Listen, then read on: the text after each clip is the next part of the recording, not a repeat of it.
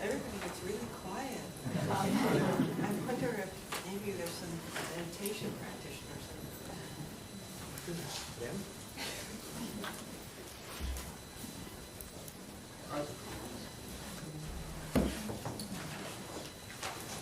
Are we all set?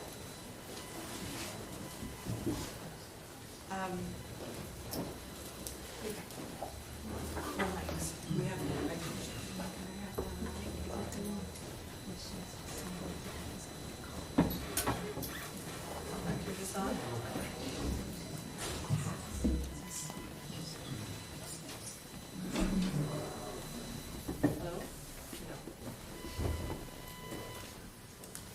Hello, is this on now? Yes. Okay.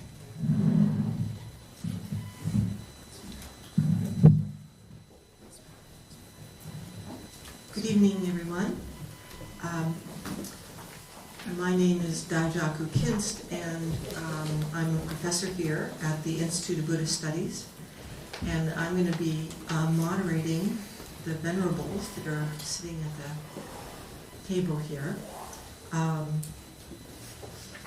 It's a genuine pleasure to welcome you to the Institute of Buddhist Studies and the Mindfulness 3 Buddhist Perspective Symposium. We here are particularly happy to host this event and hear from these esteemed teachers on the topic of mindfulness in their respective Buddhist traditions. As a Buddhist graduate school and seminary, and a part of the Graduate Theological Union, we here are dedicated to supporting a deep understanding and expression of the Dharma in all of its forms, and in a dialogue with the wider culture. So as a community of people committed to the Dharma, we study together and listen to one another and learn from each other. And our students then take this understanding that they've developed out into the world as scholars and Buddhist ministers and chaplains and teachers. So to have this important topic talked about here is particularly inspiring and relevant to us. We hear much about mindfulness these days in every conceivable venue, as I'm sure many of you can think about all kinds of examples. I heard about a mindful baby carrier recently. Anyway, yeah. So to have these three experienced Buddhist teachers presenting their thoughts is a rare and welcome opportunity, and I'm sure we'll learn much, we'll leave with a greater understanding, and we'll probably have a lot more questions than we started with, which is a very good thing, don't you think? So first, I'd like to introduce all the speakers, and then Ajahn Brahm is going to read from his book. They will each speak briefly, and then we'll have a chance to listen in on their dialogue, which is something we're particularly excited to do, their discussion about this together. And then there'll be time for you to ask some questions, and then we'll just have a few closing remarks and end the evening.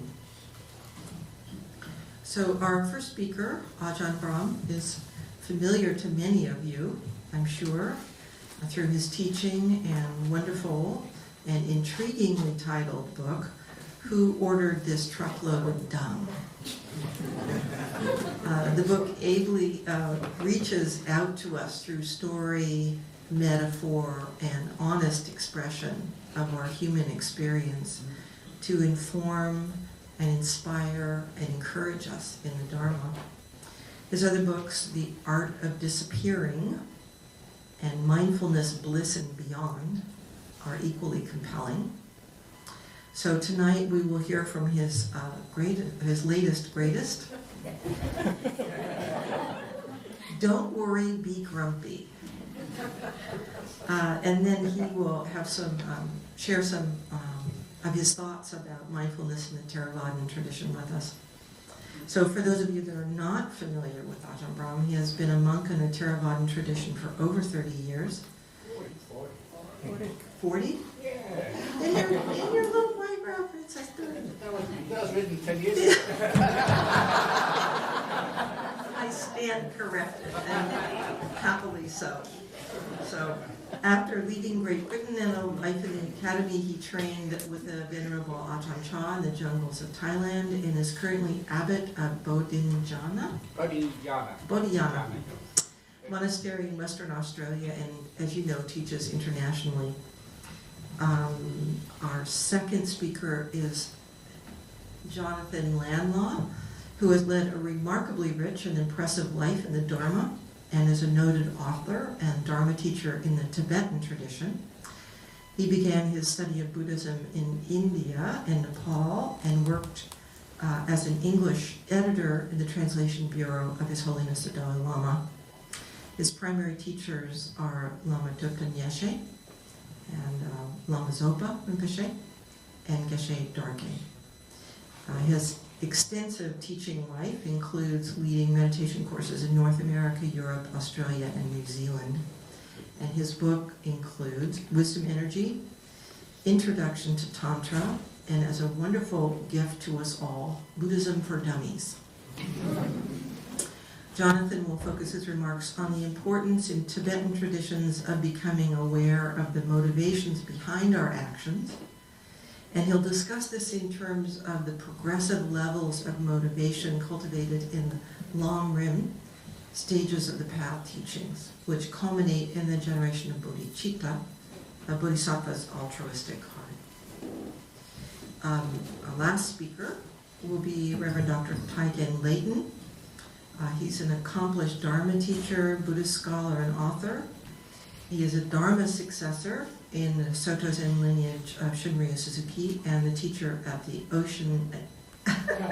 Ancient Dragon Zen Gate Temple in Chicago. He also, we're very happy to say, is a longtime faculty member at the Institute of Buddhist Studies. His books include Zen Questions, Zazen Dogen and the Spirit of Creative Inquiry, and Visions of Awakening, Space and Time, Dogen and the Lotus Sutra, and also a volume, Cultivating an Empty Field. He's edited and co-translated a number of volumes, including Dogen's Ehe Koroku, Extensive Record, and Dogen's Pure Standards for the Zen Community. Taigen's going to talk about Zazen as a practice that develops and sustains awareness beyond our ordinary thinking and fosters a beneficial presence in the world. And he'll also discuss the way in which this practice is not aimed at achieving a future experience or understanding, but is a kind of nenbutsu practice in which the practitioner somatically is reminded of the Buddha. And he'll talk a little bit about the implications of this, if we have time. So I'd like us all to please join me in welcoming our first speaker, Ajahn Brahm. Very good, thank you.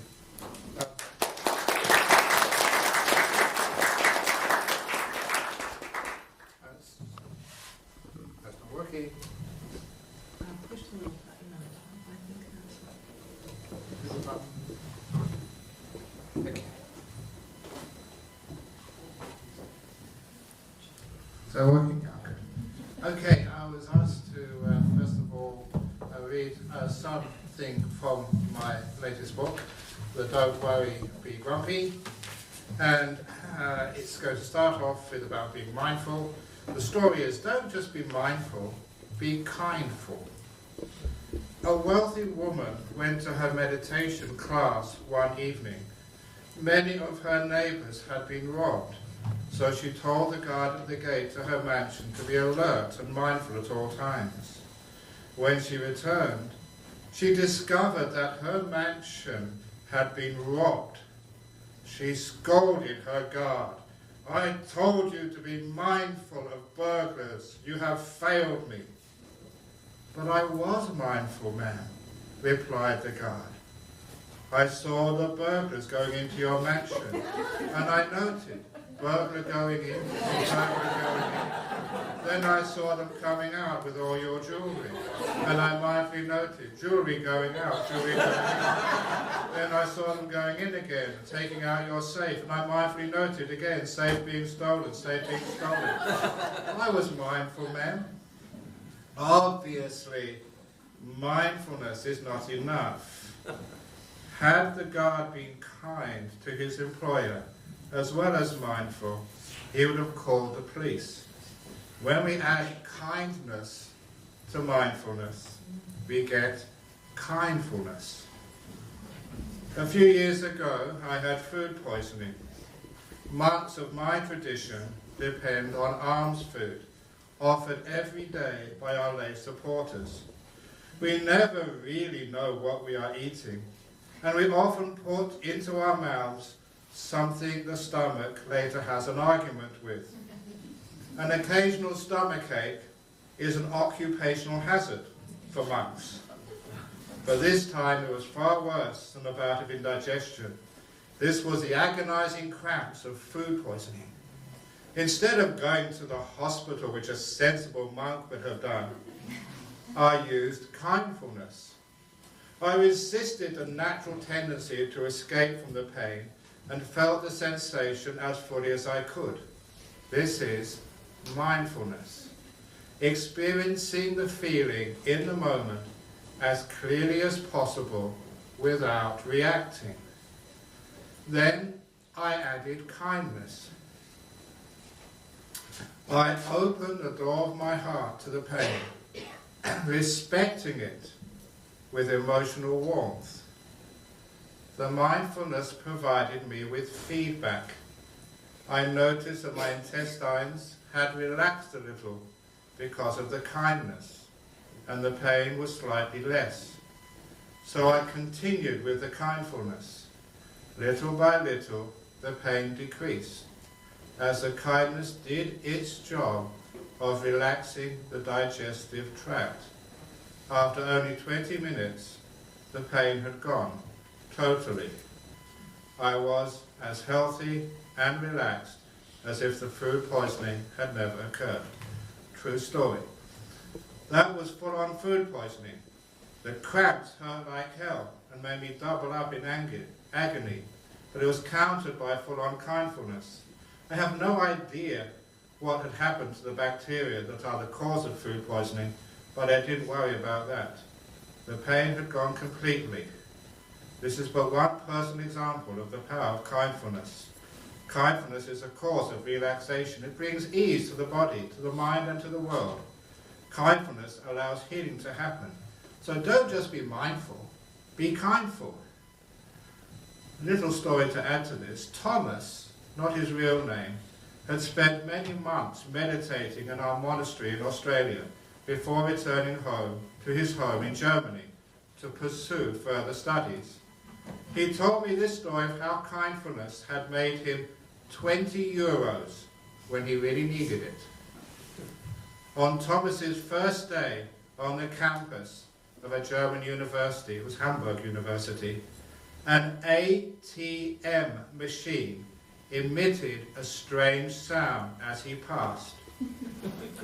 A type of gurgling sound, as he described it. He imagined that the university ATM was welcoming him onto campus. From that day on, Thomas repeatedly sent thoughts of kindness to his friend, the ATM, whenever he passed it. Something like, may your banknotes never run out. May your customers never hit you when they discover they have no funds. May you never suffer a short circuit, and so on. After many months, Thomas was sitting in the warm sun, having his lunch, within a few feet of his friend, the ATM, when he heard the familiar gurgling sound once again. He turned around to see a 20 euro note emerge from the machine. He had been to the ATM.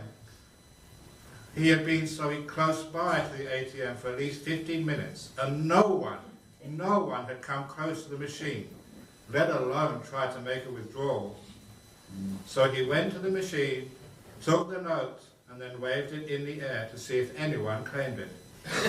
No one did. Thomas, the poor student, said "Danke" to his friendly ATM and pocketed the cash. The power of kindfulness. Thank you.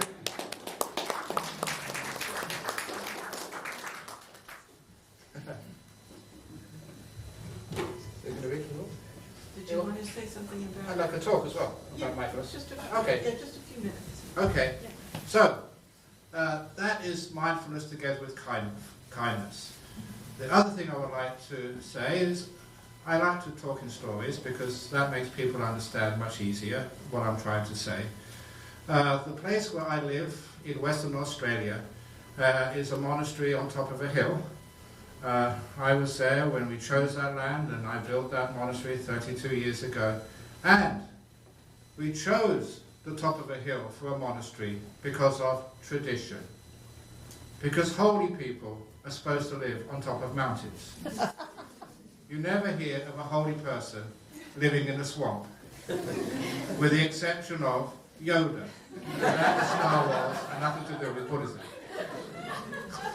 So we chose the top of a hill.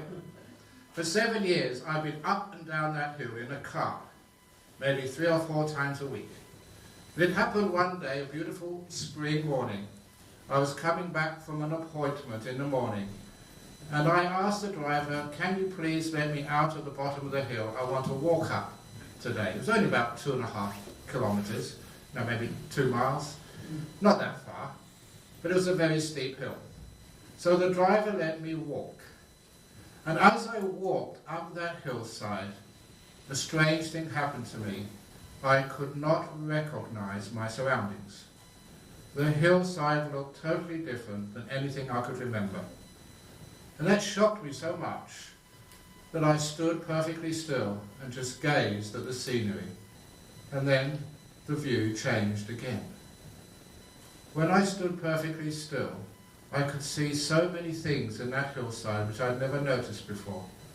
Little wildflowers, little rocks in the creek in the bottom of the valley, the different textures of the bark of the trees, and everything became very, very beautiful. And I was wondering why this transformation had occurred.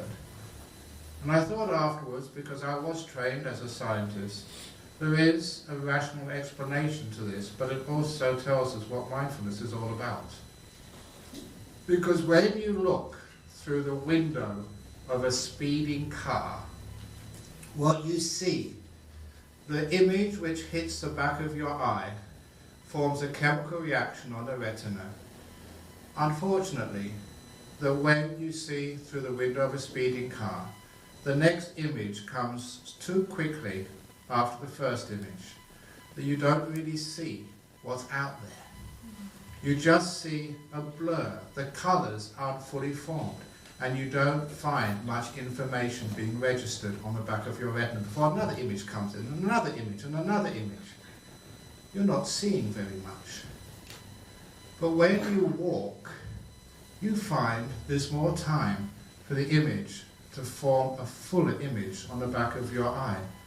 So you have more detail and the colours are richer. But nothing beats standing perfectly still and giving one image all the time it needs to fully form, and for your mind to explore that image, and for the colours to become really rich and full.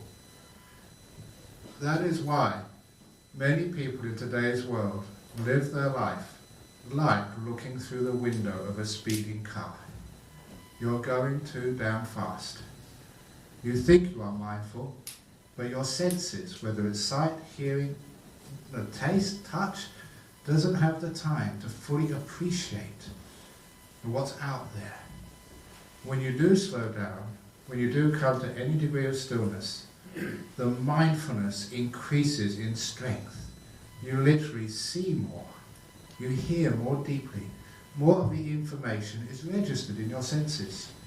And the unexpected thing to me, which later I understand is part of the path of meditation, is what you see. what you feel, what you hear, becomes more and more pleasant, more and more beautiful.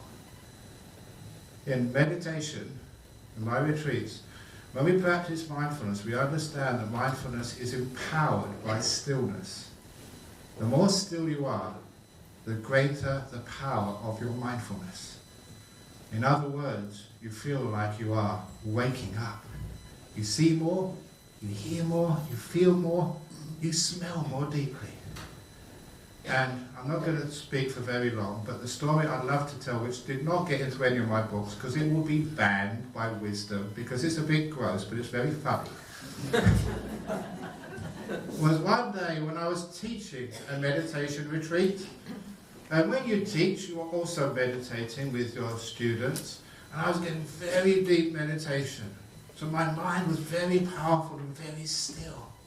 And like anybody, I had to go to the toilet to do what we call in Australia, I think it's the same in the United States, a number 2. Yeah, you got it. And when I finished, I made the mistake of looking in the toilet bowl. Now, when you are very, very mindful, what you see, you miss in ordinary states of consciousness.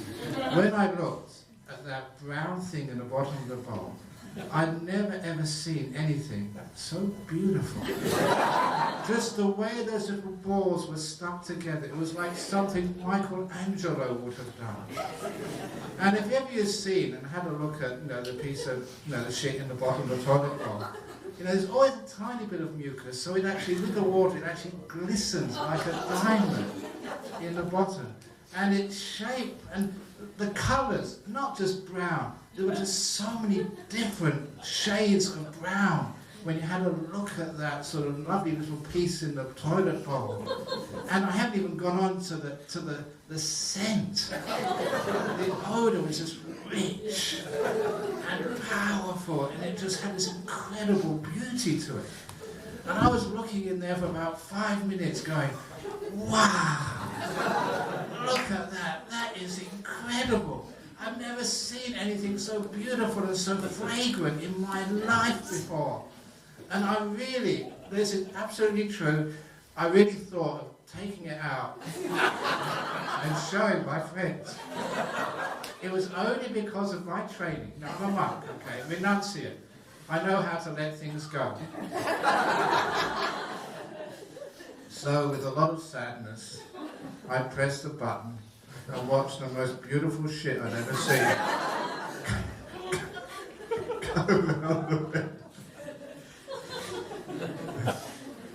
But that is a true story. And that, basically, I'm not exaggerating, that's how it was. This is what happens when you become very mindful. What you see is so much more than normal people see. You empower mindfulness. And it gets like a floodlight.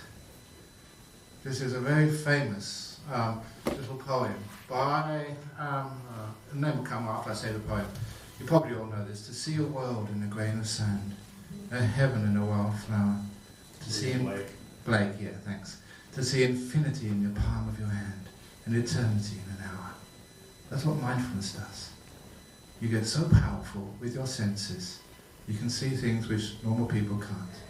And what you see is incredibly beautiful, which means that when you get into deep meditation, you're incredibly happy, and what you see is what most people miss, the true Dhamma. Thank you.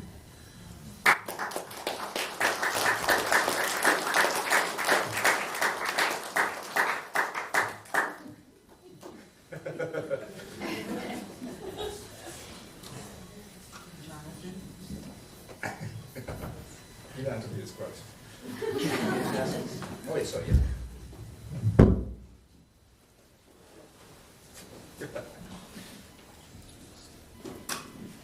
Well, that's going to be a hard act to follow.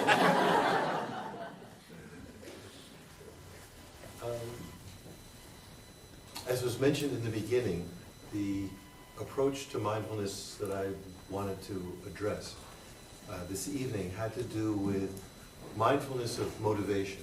What is the impulse behind our actions. Many of you are probably familiar with a very famous, probably the most famous anthology of Buddhist sayings known as the Dhammapada. And it begins with the so-called twin verses. And the import of the opening verses are that if we speak or act with an impure mind, suffering follows. And if we speak or act with a pure mind, happiness follows. And this is very fundamental to all of the teachings of the Buddha, that the mind, the awareness, the understanding, the motivation leads our experience. And it's the motivation behind our action which is the main determining factor as to whether those actions are going to bring us what we desire or quite the opposite.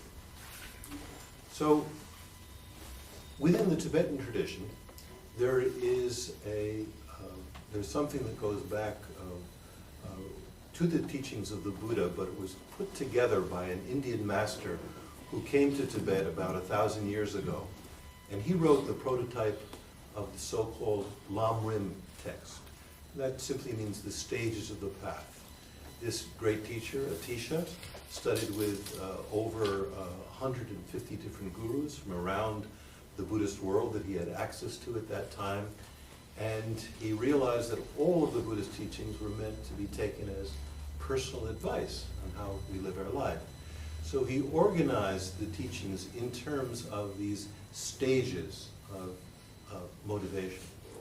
Now, before we enter into what we might call the spiritual path, whether it be Buddhist or non-Buddhist, something that has to do with really understanding the nature of the mind.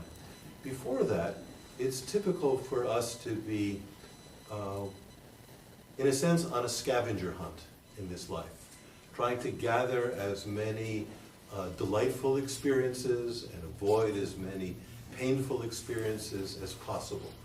It's like this movie, I didn't see it, but I heard about it, The Bucket List, the things you want to do before you die. Well, that's the scavenger hunt that many people are on. And so they travel around the world, they have all these different experiences, trying to build up a list of pleasurable things. Maybe with the idea that at the end of their life they can show it to St. Peter and that'll get them into heaven. But no matter how many pleasurable experiences we have or how many painful experiences we try to avoid, that strategy never really works. It never brings the longed for satisfaction.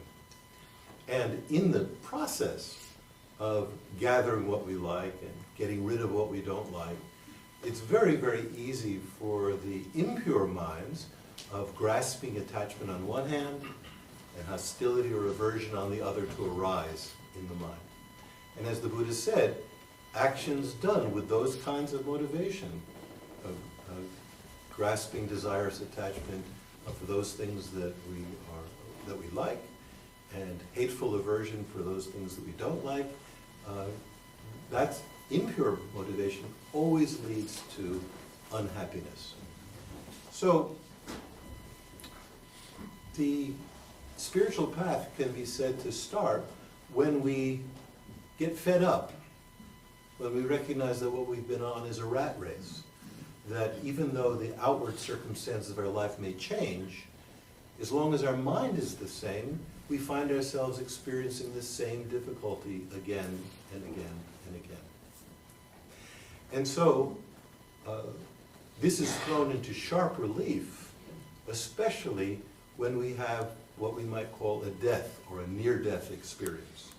Many people, whether they come from a spiritual background or not, when they go through an experience like this, either the death of a loved one or their own near-death experience, they start to take stock in our life.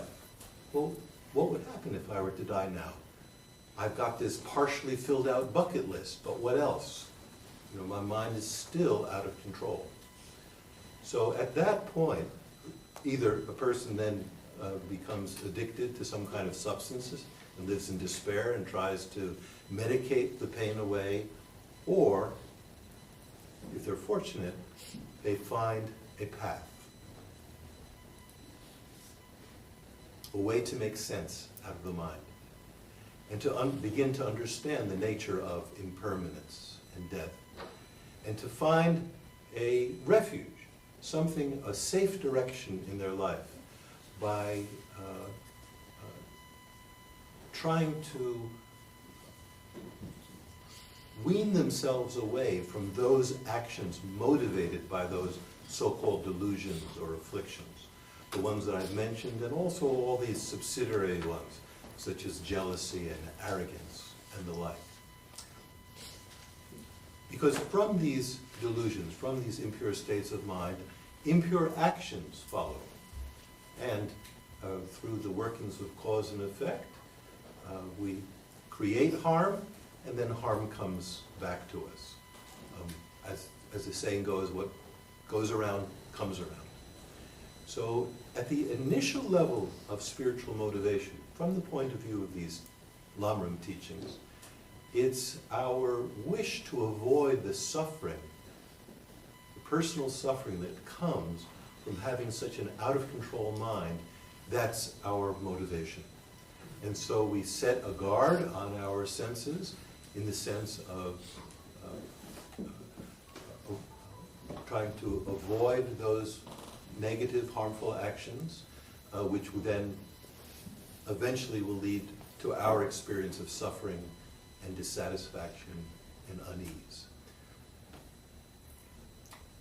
And if we are careful, if we're mindful about our behavior, we can cut down on these harmful actions and avoid a lot of suffering.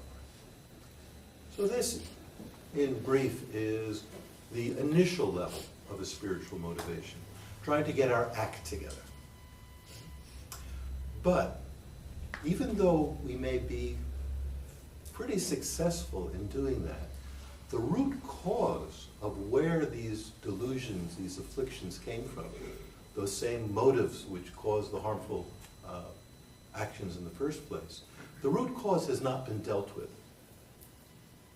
There's a story which is told about, by way of analogy, of a person who moves into with his family into a new house, and in the backyard there's a tree, very nice looking tree, but he discovers it produces poisonous fruit.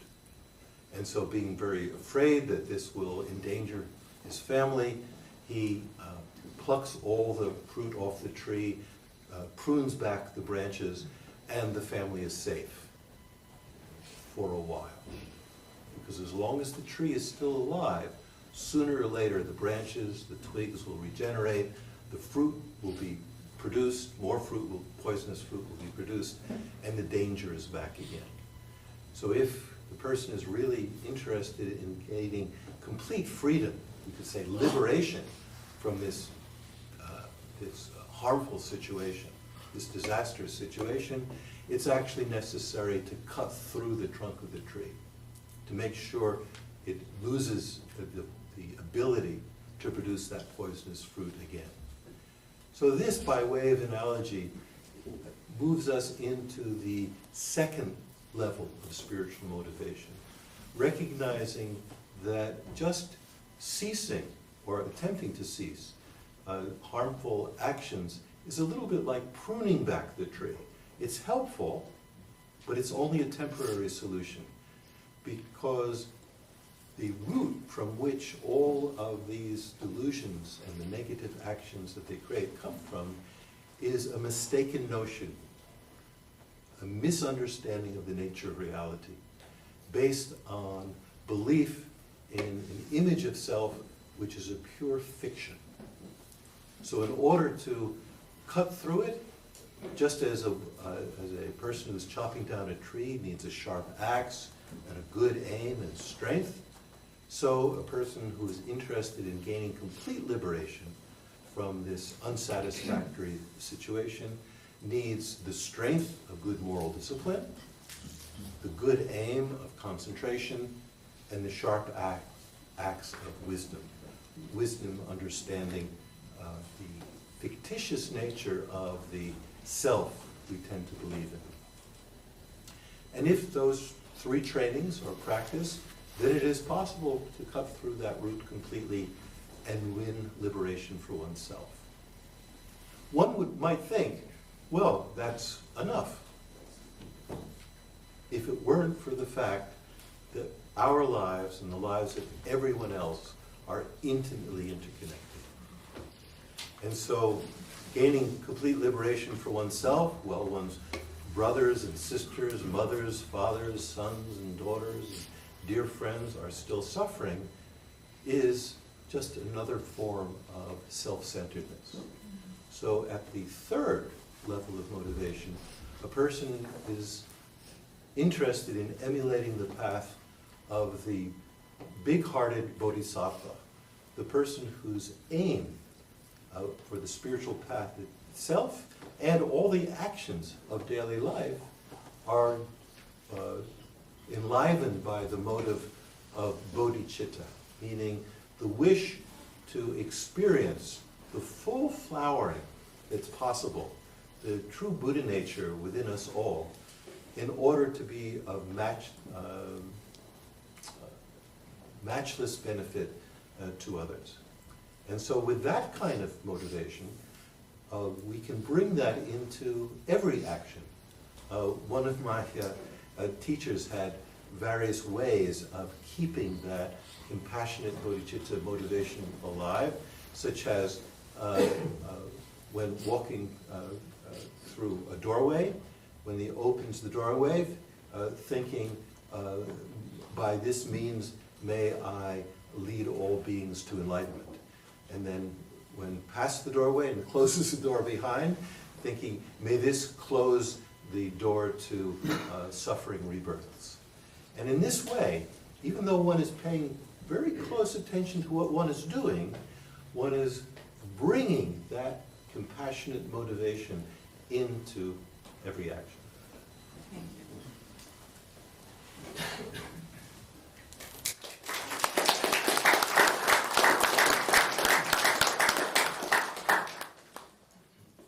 Hi.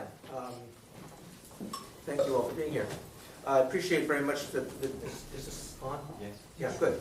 I appreciate very much the last two speakers. I'm supposed to speak about mindfulness from the point of view of Zen. And so first I have to say that, strictly speaking, mindfulness is not a Zen practice. Or, well, many things are called mindfulness now. What I want to talk about is awareness in Zen and approaches to practice of awareness in Zen. Which I think, in a way is about what mindfulness is getting at too. So I'm specifically speaking from the Japanese Soto Zen tradition as it is expressed in America, and part of the richness of this event is just all of the ranges of different approaches within the world of Buddha. I'm going to speak specifically from Soto Zen, referencing a little bit Dogen, the 13th century founder of Soto Zen, and I'm going to read a little bit as part of what I'm saying from my most recent book, Zen Questions, Zazen, Dogen, and the Spirit of Creative Inquiry. So, awareness. So I'm going to talk about Zazen, which is Japanese for sitting meditation in a particular practice. And doing this Zazen practice, sitting upright, usually we sit facing the wall, eyes open, aware of our breathing. This practice, doing this regularly over time, develops and sustains our awareness in various ways. And doing this regularly over time fosters a kind of expression of beneficial presence, of a flexible awareness, of sturdy awareness, being present, not trying to reach some particular state of being or some particular state of awareness, but actually being able to be present and upright and still within what's happening now. So in many ways what I'm talking about is very much connected to what's called mindfulness. So I want to tell a story about thinking in Zazen. This is, Zen also uses stories a lot. And we have this treasury of old stories. This is from the from the 9th century, and a teacher, a Zen master named Yaoshan, was once sitting very upright and still, and a student asked him, "What are you thinking of sitting there so steadfastly?" Yaoshan said, "I am thinking of not thinking." Or maybe it could be translated, "I'm thinking of that which does not think." So, we all know when we stop and meditate that the mind starts racing. And the point of the practice is not to get rid of thoughts. You can do that with a lobotomy, but that's not it. So how do you work with thinking and with not thinking? So Yaoshan said, "I am thinking of not thinking." And the student, who was very good, or else we wouldn't remember this story, he said, "How do you do that? How do you think of not thinking?" Or maybe, "How is thinking of that which does not think?" And Yaoshan responded using a different negative. He said, "Beyond thinking," which sometimes has been translated as non-thinking. The point of this is, there's a kind of, this has to do with foreground and background. We're used to thinking about the thoughts that are floating around in our consciousness. We have been trained as human beings to have an ego. This is not only a problem in our culture, and is not necessarily a bad thing. We need to be able to get through the day, pay the rent, take care of our lives. Buddhist practice is not about getting rid of the ego. It's about not getting caught by it, and instead seeing this background that Yaoshan referred to as beyond thinking. So there's this shift that happens between foreground and background. And doing this kind of meditation and being mindful and being aware of motivation, as John was talking about, one starts to have this sense of this background awareness. So foreground and background have many layers, but Zazen offers the actual experience of a deeper awareness. It cannot exactly be called thinking, but it's a kind of awareness, a kind of consciousness. We could call it beyond thinking, thinking that goes beyond our usual thinking, thinking of the beyond, or thinking that is beyond any thinking that does not go beyond. It's a kind of thinking, but not thinking that cuts things up into little pieces. So how do we, a part of this is we become open to the unknown, and that we need not fear that. Beyond thinking, again, it's a kind of awareness, but it's not thinking and it's not thinking, or maybe it includes both.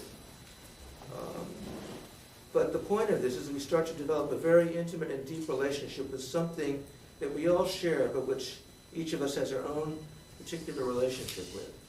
So how do we develop a deeper kind of awareness?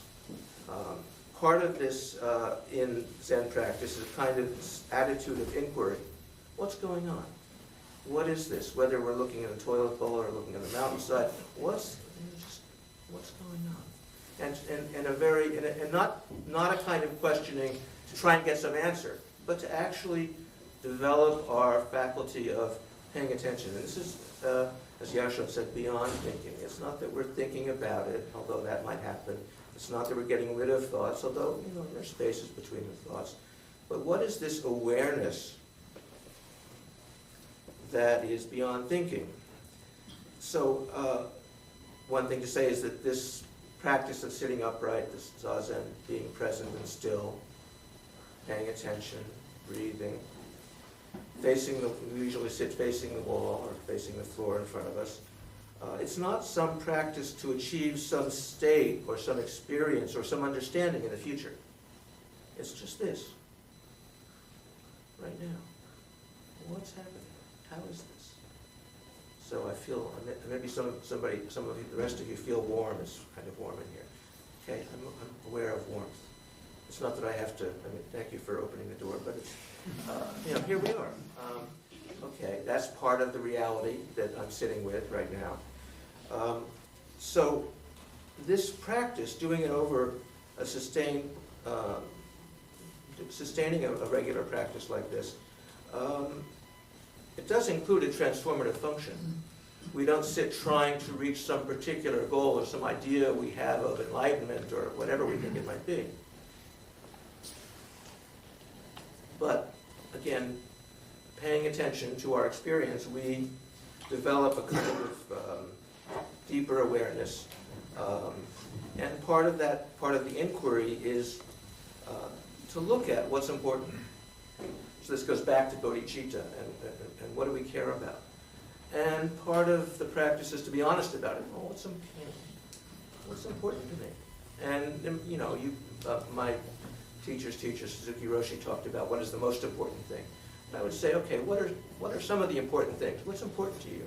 To actually know what you're up to actually see, and part of that is seeing the patterns of trying to grab things or get rid of things, our fear and our frustration and our anger, to get to know that, to actually study the self, as Dogen says, to become intimate with our own patterns of reacting. And when we do that, we don't need to, we have more of a chance of other options, of not reacting according to our habits of grasping or aversion, but to actually just be present, pay attention. What is this? What's important to me in this situation? So it's not a matter of figuring something out, it's a matter of being fully present. But also it's open to this interconnectedness that John mentioned. So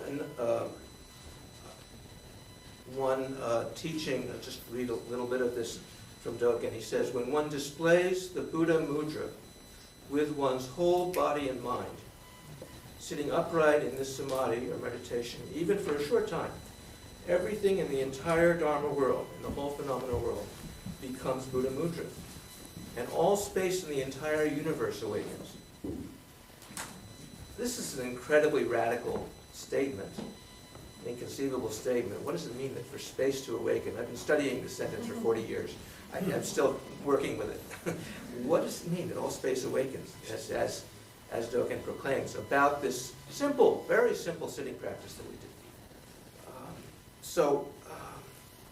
Again, what's important, and then as we pay attention, we see how we develop this kind of background sense of our deep interconnectedness, that we're all in this together, that whatever pleasurable experiences or states you might have, if people down the street are suffering or in misery, that affects us.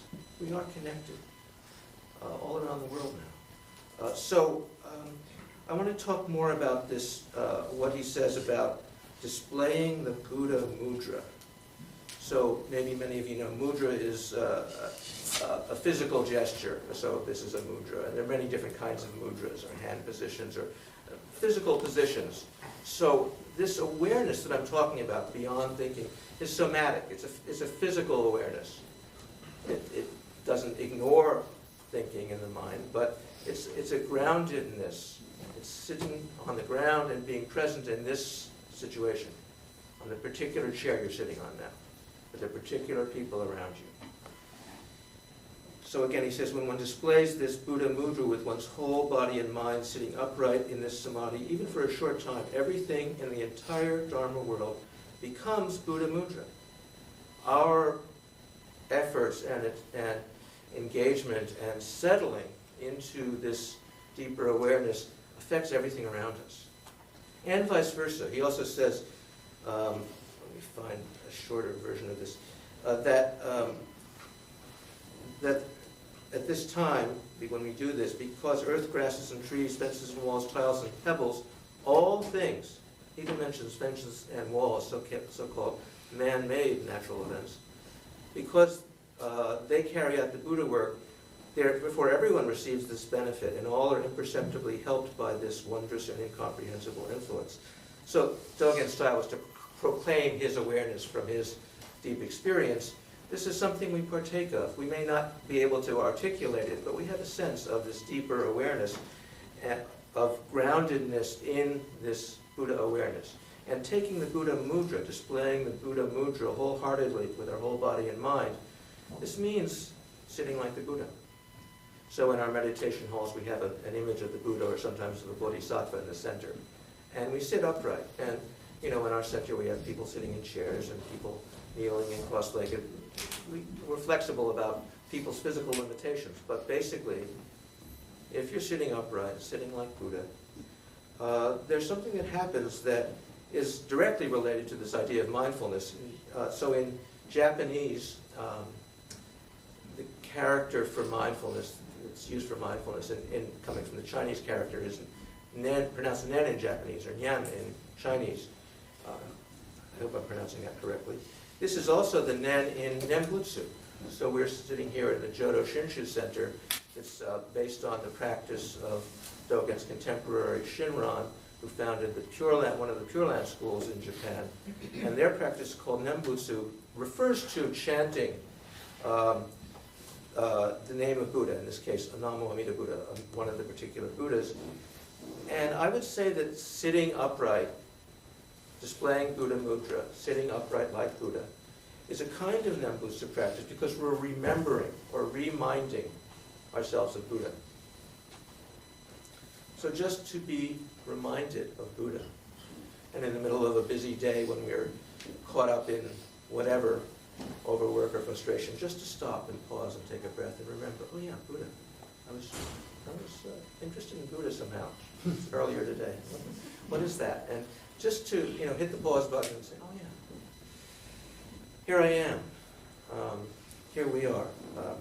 So this idea that we are connected this deeply to all of space or all of reality has very profound implications for our relationship to reality, to the environment, to each other, to the world, to social justice, to climate damage, all of the issues that we are beset with.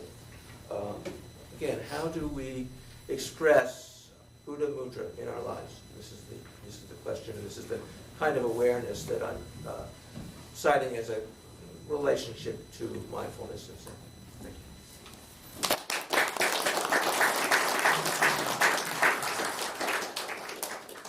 Thank you all. I feel like I've just been at a banquet where I can only take like a little tiny plate. So thank you all for sharing that with us.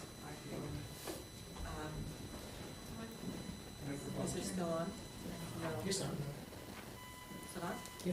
No. Microphone? Yeah. Can you hear me now? Oh, could they hear me? Yes. We could hear. Yeah. Okay. Okay. Could you pass me that microphone? The button's on. Okay. I How turned about it down. this? Is this better? No. How about this? No. Okay, I'm going to speak up. I always say we have little invisible pom-poms here. I was reading. Okay. When in listening to this, one of the questions that I have, and that I hope you will share this question with me, is you've all presented different visions of mindfulness or aspects of mindfulness in your traditions, and I would love to hear you talk about how you could see them interacting, or will they, and how they might interact with the vision of mindfulness that's growing in popular culture. So if any of you would like to, I'm hoping you will dialogue with one another or share with the audience your thoughts on this question or anything else that is important to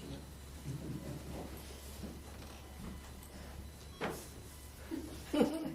Well, one thing that came out, I think, more or less in all three of the presentations, was that mindfulness is not simply paying attention, though obviously that is so much a part of the practice, but it's also paying attention within what I might call an ethical context.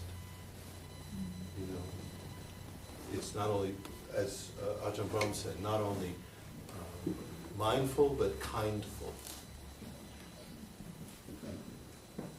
And I think that's a very, very significant point, which I think has to be kept in mind. It isn't just paying attention. Otherwise, we become like the guard outside that Mansion, yeah. that mansion. You know, we watch what's happening, but we don't make any attempt to ameliorate anyone's suffering or bestow upon them any kind of happiness. It's just looking through a plate glass window. Okay, it's. I would actually say that there is intellectual property fraud, because many therapists have stolen mindfulness from Buddhism. And if Samsung did that to Apple's operating systems, they'll be held to pay. So I reckon that mindfulness should be reclaimed by the Buddhists. Yeah. And as another thing, because I love to stir things up, the worst thing of coming to a talk is when everybody agrees with each other. So as a Buddhist, I don't adhere to any particular tradition, but I really do object to the idea of interconnectedness. That is not part of the Buddhism I understand. And to prove the point, we are no longer connected with our microphones. So I would actually say that the world is just like your iPhones. They can be connected, but thank goodness they can be turned off. Otherwise, we would have no peace whatsoever. So I just put that out there, because sometimes assumptions which we all say in Buddhism, we say it's all interconnected. I really want to challenge those assumptions, so we don't just take it on face value and believe that, yeah, everything's interconnected. Is it? Why is it? Are you sure? Stir it up. Okay. Well, I mentioned interconnectedness, so I'll respond or try to. But I was going to say something else before that.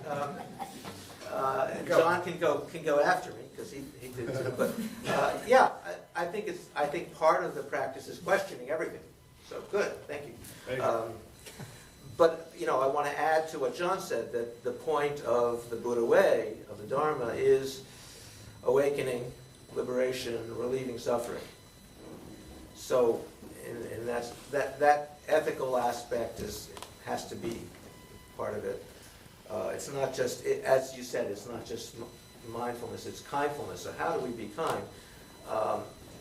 Yeah, of course, sometimes we don't feel interconnected, or we can see separation. There's separation, of course, as well. And from the point of view of the ultimate awareness, yeah, I think we are connected. But how we're connected might be in disagreement.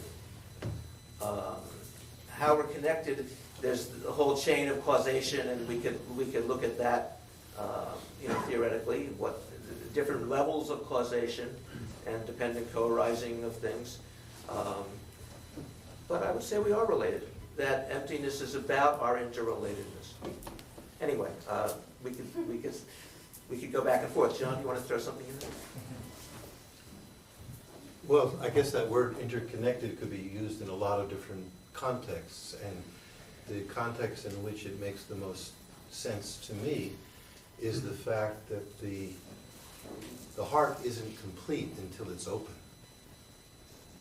A closed heart, one that's hiding behind walls, is not a true heart. It's not a functioning heart. It's not really beating. But when it opens to others, then it is, then it exists, then it functions, and then it brings something beyond ordinary happiness. It brings joy, brings benefit. And so that open-heartedness, to me, is the sign of a type of interconnectedness that exists among beings. Now, does everyone recognize that? I think it's one of the great aims of all the various spiritual paths that have ever been promulgated in this world, all the valid, excellent ones, is to help train to open the heart and sense and experience that interconnectedness. Because we can wall ourselves off, but that doesn't negate the fundamental interconnectedness which we can all tune into. Yes. Well, I think another simile may, again, open up the idea in another way. It's the open-heartedness of a doctor, a surgeon, who does work so hard to help other people, to heal other people. But there comes a time in all doctors' lives when they retire. And when they retire, they don't do any more surgery. But in that time when they were practicing as a doctor, they have trained how they have assisted, inspired so many other doctors who will carry on when they pass away. So yeah, that happiness and compassion is an essential part of the path, but not the end. I like a path with an end, not a path which goes on and on and on and on and on and on and on and on. And the end has to be the heart vanishing with everything else. Well, I'll disagree with you. You see, we are not connected. We're connected through our disagreements. So, of course, there's an end to this personal life, to all of us, and facing death is one of the best ways to invigorate our own lives, to realize that there's an end to the particular person sitting on each of our chairs. But I would say this practice is not just about personal liberation, that again, you can develop various meditative awarenesses yourself, but if the people are, when the patients come to you, if you're the surgeon or whatever, you see that there's still suffering out there. So there has to be a balance about it. In our tradition, we talk about, and Dogen talked about Buddha going beyond Buddha, or ongoing awakening. So when Shakyamuni had his great enlightenment, he didn't go home and watch television, or he went out and he shared that with other people. So and he continued sitting every day, and he continued awakening, I would say. So awakening is something that has to happen again and again and again in each new situation. How do we see what's going on with the person in front of us? How do we awaken to what is the need there and what we can share and what we can learn from each person? So awakening isn't just a one-time experience. It's ongoing. And in that sense, yes, as you said, there we have lineages of teachers and of people who've inspired us, who've allowed us to be sharing the Dharma, and this goes on and on and on. And so it goes on and on individually, and it goes on and on collectively in the Buddha way, in all the different traditions. So in that sense, yeah, we have individual ends, but the work of caring about the world and caring about what's happening and of trying to relieve suffering, that goes on. We pass on the baton, but everybody is supposed to finish the race. So that's, I disagree with, especially in the Theravada tradition, to say that there's a continual awakening of a Buddha, of an enlightened being. Once that awakening has happened, it's permanent, fixed, there's a lot of work to be done to share that with others. But that's what in the Pali tradition is the first nirvana, and the second nirvana is the parinirvana. Sure. And the parinirvana literally means, in Pali, there's Pali experts over there, is complete, full cessation, gone, finished. So that's where the Buddha has done his job. Finishes, doesn't go on anywhere. It's not annihilated, because it wasn't there in the first place. Well, There's a process, gone, finished, gone, no more. Poof. And that's one, because what I'm Go on. hearing is very distinct differences, Yes, why not? which I think is very exciting. yes. Because how we model a discussion with distinct differences is a very important ethical model, don't you think? And so part of what I'd like to hear is, how do you then dialogue, or do you, with some of the dominant themes of mindfulness that's going on in the wider culture? What is that dialogue, or what does that difference look like? I don't understand the question, because Huh? I don't understand the question. What do we practically do? Okay, so each of you is describing a certain vision, Okay, a yeah. certain path. And we're hearing some of the differences as well as the similarities. But part of what we're talking about when we're talking about mindfulness is that there is this way in which mindfulness is being described in the popular culture. And I'm curious about, and perhaps other people are curious about, how do you dialogue with that? Do you want to have, do you care about what's going on? You know, you said intellectual property theft. I think that's a great phrase. Like, Yeah. what is the relationship between the visions that you're sharing with us about mindfulness and what's happening in popular culture? Okay, well, last October I was in Halifax, Nova Scotia. I was going to another disciple's request to teach there at Dalhousie. And that's also the place where Buddha Dhamma has its head offices. And I was interested that they've introduced a new magazine called Mindful.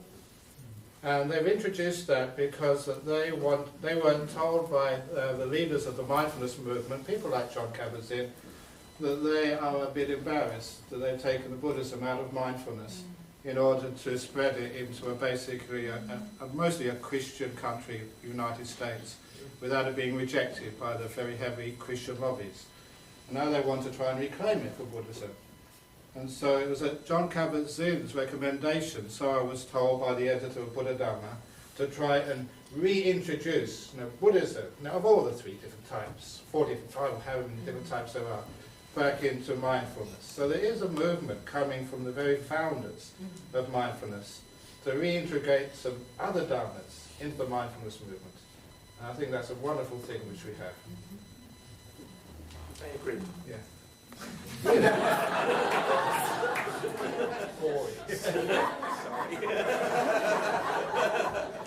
So on that note, perhaps we could take a few questions. John, did you have something else you want to say? But we have probably about 10 minutes or so to have some questions from the audience. If yes, ma'am.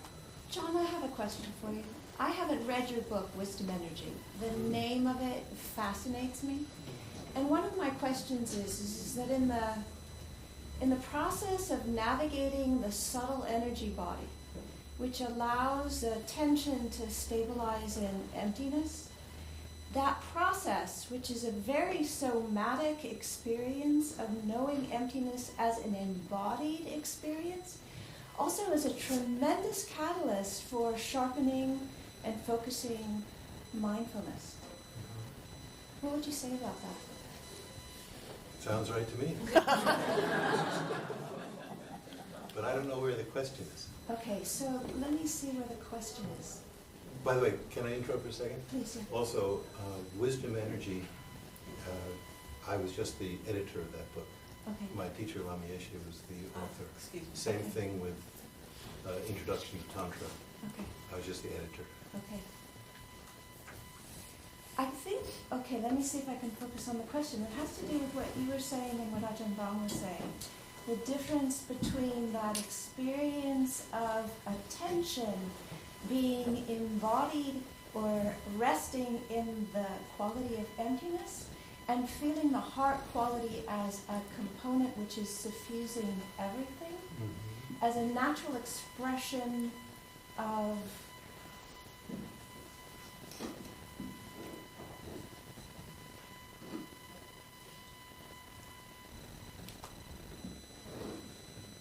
I can't distill a question out of that.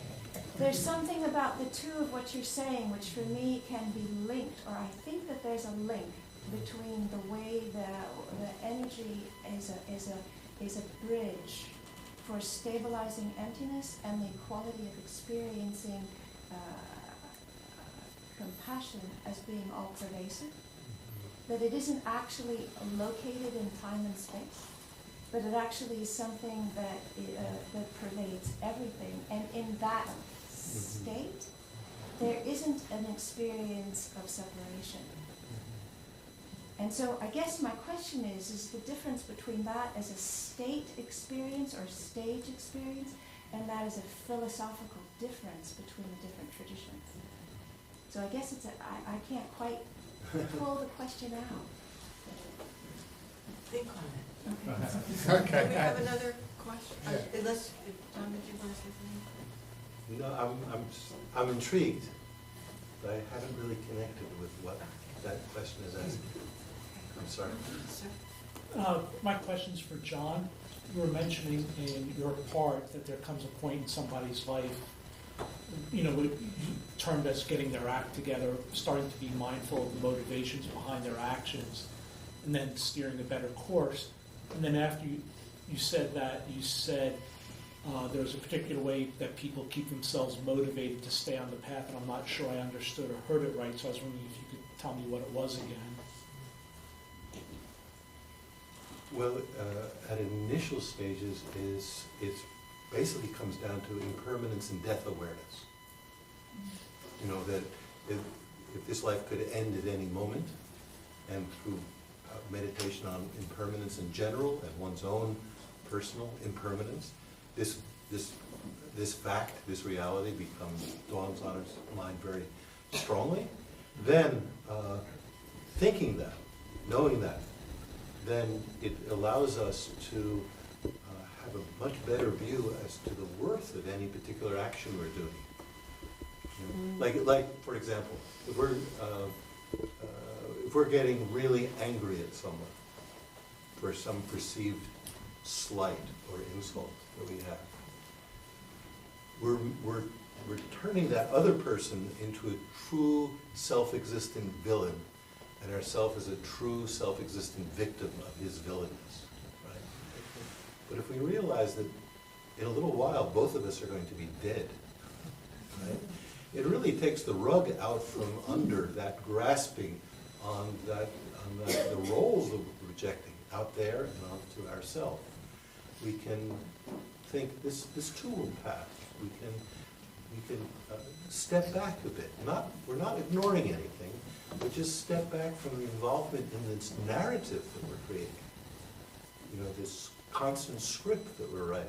We're casting ourselves sometimes as the villain, sometimes as the hero, sometimes this, sometimes that. And so impermanence and death meditation helps very, very much on that. And then, but at different points in our practice, different things ground us in this awareness.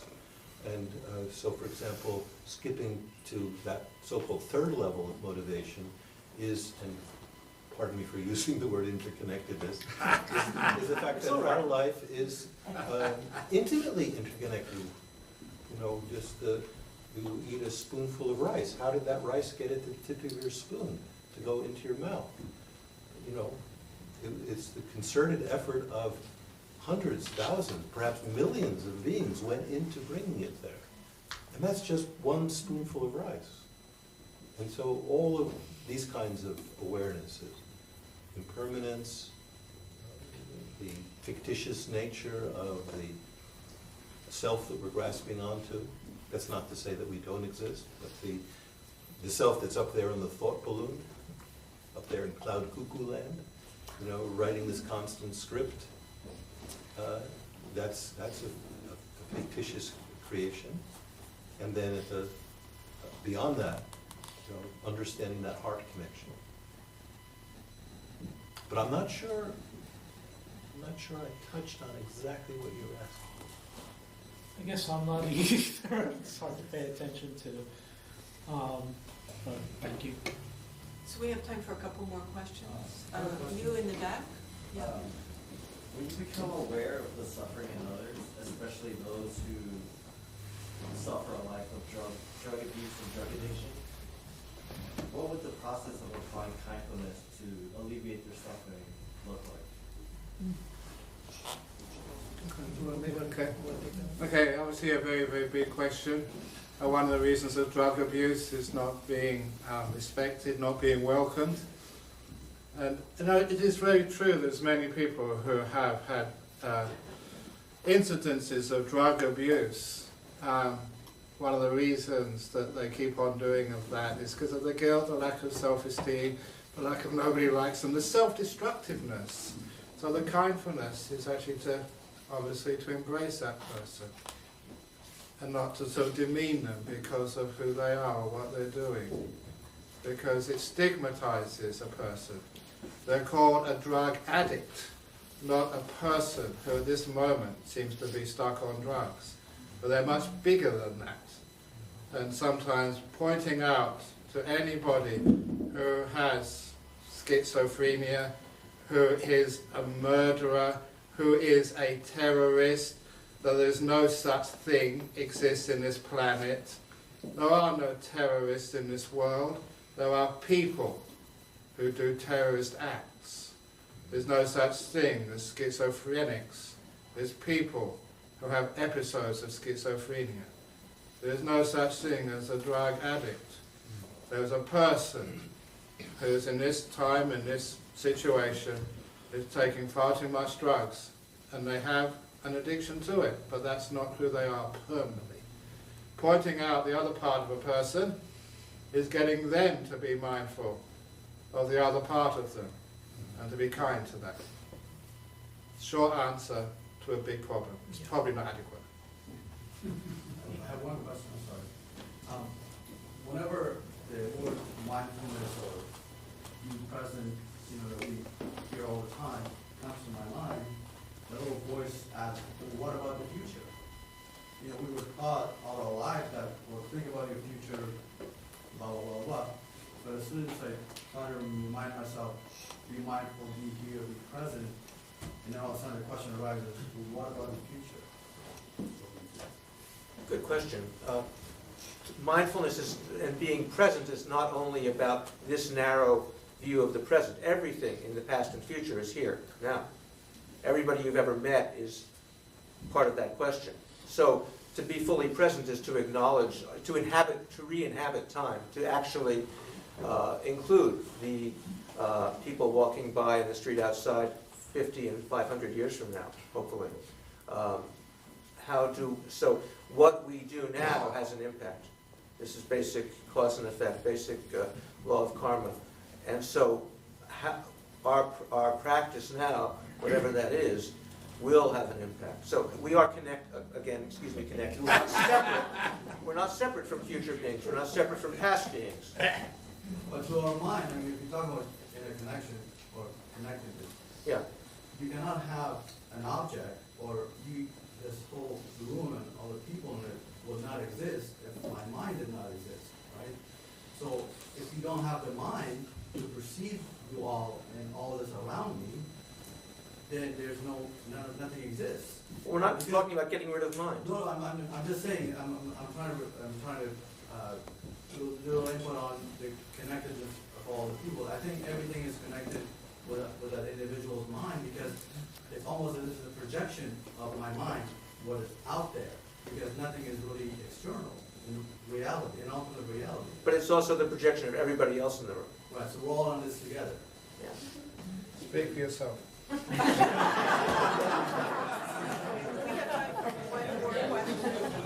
Yes, ma'am. So actually, this is a question for any or all of you. I'm interested in your thoughts about the role of relationships in mindfulness. And the reason that I'm asking is because, we've come back to this theme of connectedness or interconnectedness. And so that leads me to think that that we need other people. We need feedback from other people to really have awareness about ourselves and particularly our own motivations. And I guess when I think about the popular culture version of mindfulness, I guess it seems to me like it's often taught as kind of an individual private act that's taken out of the context of traditional communities or student-teacher relationships that are part of the process of practicing mindfulness in Buddhism. So that seems to me like one really significant difference, and I'm wondering what your thoughts are about sort of the role that relationships play, but also the role of particularly the teacher-student relationship and Sangha relationship. Before I stop speaking too much, that in the first book available from Wisdom Publications, the Dung book, there is a story which I like to use to describe mindfulness. Emperor's Three Questions. In short, Emperor wanted to found his own religion. It comes from Tolstoy, not from any sort of Buddha or anybody else. Emperor's Three Questions. Wanted to find his own religion. Realized there's only three important questions to be answered in this world. When is the most important time? The answer is now. It's where your future is being made. the only time you can do anything for your future, and now will become your past later on. Now the most important time, it's the one in front of you is the most important person. And the most important thing to do is not to change people, but to care. So to care, the one in front of you is the most important, and the most important thing to do. The most important time is now. So I've been practicing that in meditation and life. You are the most important person in the world to me right now, which means I'm aware, mindful of how you're looking at me and how you're moving your head to get some feedback whether I'm hitting the spot. You just smile. Wonderful, thank you. So because you're the most important person, that's where I get the relationship. But as much time in my life as a monk where I just close my eyes, I sit in my cave where I live in Australia, or I'm on an aircraft and I put some shades on to meditate. And then the most important person in the world is me, because that's the one I'm with. So there's always somebody with you. It's either a lot of people, it's the person sitting next to you, it's either Sobhana, it's John. He's the most important person in the world to me now. Not anymore. But it's the same thing. That's mindfulness, as far as I understand it, together with the care. Whatever is in front of you right now, if you're driving the car, the traffic is the most important thing, not watching your breath or doing some chanting. So whatever's right in front of you is the most important thing in the world, which means that relationships, means I don't know how many times this has happened to you with your partner. You want to speak to them and they're not listening. You feel you're not important. That really hurts relationships. It's the same when you're by yourself. You give yourself that importance when there's no one else around. Do you care for yourself? Making the relationship with yourself with others. I can't see any difference. Thank you all. Sorry, can I just add? Is that what you're just saying is because you care about others? That doesn't mean that you have some connectiveness? No, because I disconnect every time. No, I know, but... There's too many people. Okay, but my question is, okay, when you just searching for your Nibbana, that's really, you just, you think you are the most important person, you want to just go to Nibbana. But you come out in the public and doing this, I really think that we have interconnection. You don't search for Nibbana. Nibbana happens when you stop searching. When you stop doing stuff. That's not my point. What I'm trying to say, you are in the public, that means that you acknowledge there is some connectedness. Oh, because you care about others. Of course I care about others, but not all the time. There's some people are beyond caring. So I have to use my care. It's just like when I water a garden. Some flowers are dead. It's a waste of time watering them. So I water those flowers, which my limited supply of water, and there's not much water in California in a drought. You have to use it sparingly, where it can make the most impact. So I have to disconnect from many people so that I can connect with some others, and then I disconnect from them. But the most important thing is that you can disconnect totally. That's the whole idea of parinirvana. That's why the Buddha got enlightened, to get off the wheel of samsara. Doesn't matter just how much you want to help other people on the wheel of samsara to make samsara a wonderful place. You've got to get off. This world is a prison. And we all go around just tidying up other people's prison cells, marrying other inmates, having lots of children, getting Zen centers, Theravada centers, retreat centers in the prison, making prison a wonderful place, when we realise we should be escaping from this prison. When people say, you monks, or especially someone like me, you're just into escapism, I say, yes. When some people call me, like they do in the United States, a loser, I say, yes. The whole idea of being a Buddhist is being a loser. Losing all attachments, losing all of your ideas, losing all your thoughts. So I always say, the Buddha was the biggest loser. On that note,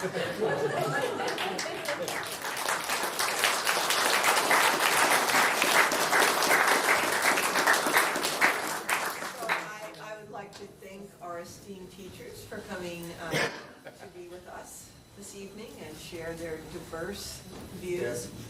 And I believe now we have, there's books and book signings going to happen. Very good. Is that correct? No, that's not happening.